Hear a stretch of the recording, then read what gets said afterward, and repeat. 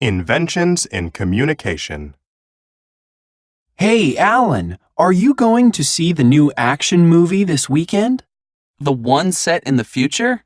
Yeah, I think so. You know I like just about anything with a spaceship in it.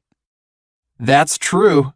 Well, this was filmed in a remote desert somewhere, so the landscape will look like Mars.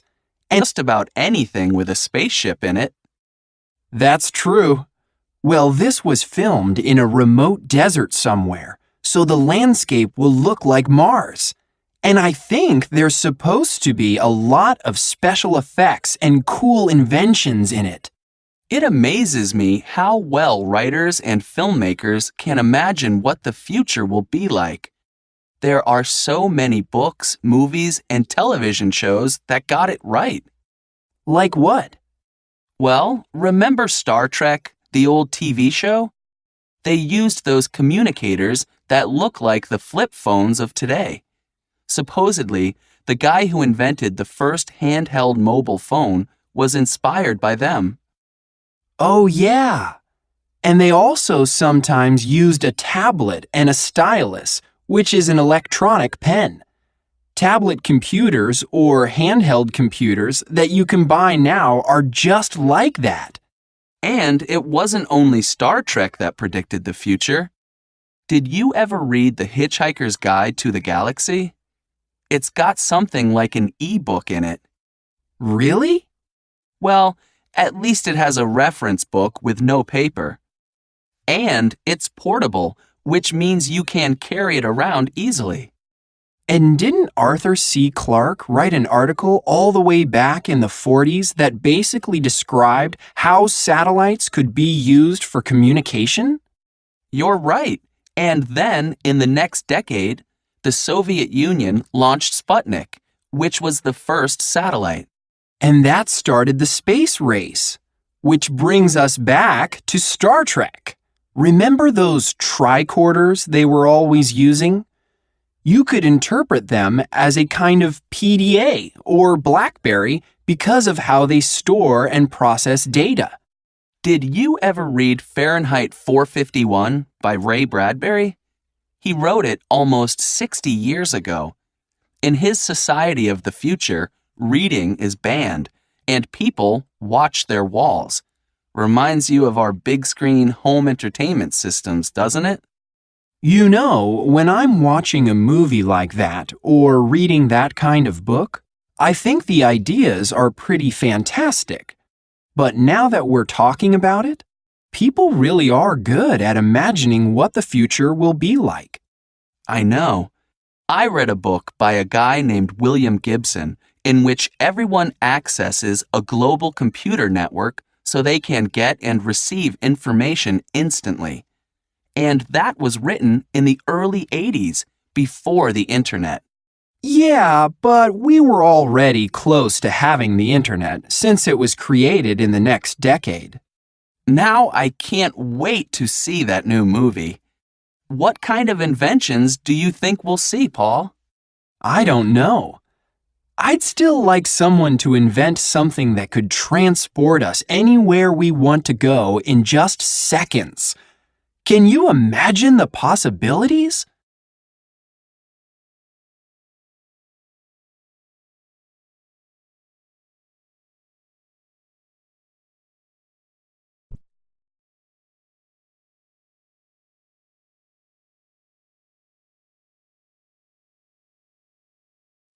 Buy one, give one. Some corporations try to give back to the community, but few do it as well as the maker of Tom's shoes. Maybe you've seen them, the brightly colored, comfortable, slip-on shoes worn by everyone from the kid down the street to celebrities like Keira Knightley and Scarlett Johansson. And you may have heard the story about Blake McCoskey, a young businessman who wanted to start a shoe company and give shoes to children in less developed parts of the world. But you may not know how successful this company is. Business professor Dr. George Markham says that the idea was simple yet brilliant.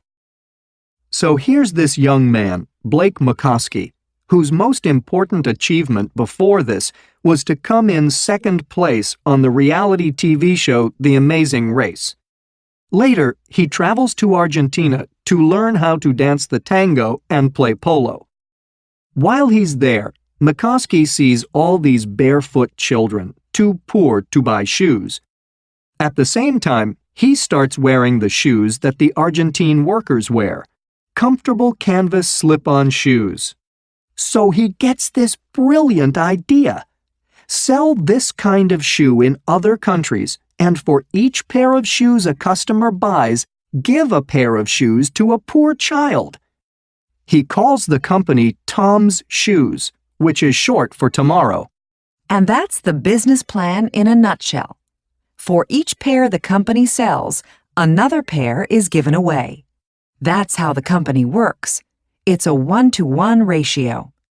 In 2008, they gave away 140,000 shoes, and in 2009, an estimated 300,000 shoes. And everyone can feel good about that. Listen to consumer Diana Stipek. I've got 4 pairs right now, and am thinking about getting another. They're so comfortable, and they don't cost very much. And I know that every time I buy a pair of shoes, I give a pair away. It makes it so easy to help someone else. That may be another part of the secret. Every customer feels like they have a story to tell, and they do. People want to be part of something that's both fashionable and socially responsible. I first heard about Tom's from one of my friends. She was wearing these great shoes, and when I said I liked them, she told me about the shoe giveaway. And I thought, how cool is that? Blake McCoskey has created this idea of philanthropic capitalism, making a profit as you give to others. It's a fascinating idea. There's a great demand in the fashion world for the many colorful, fun shoe styles, but it's the impact that Tom's has on children around the world that is really important. One place where they've given away shoes is in Ethiopia. Because of the volcanic soil there, people without shoes can get a disease that causes their feet to swell. When they have this disease, they can't go to school or work or anything. With shoes, a better life is possible. Even during bad economic times, when other companies struggle, Tom's does okay. Consumers are more careful about how they spend their money. If they know they can get a product at a fair price and still help others, that's a pretty great product. They're getting more bang for their buck. Perhaps other companies will begin to follow the Tom's model.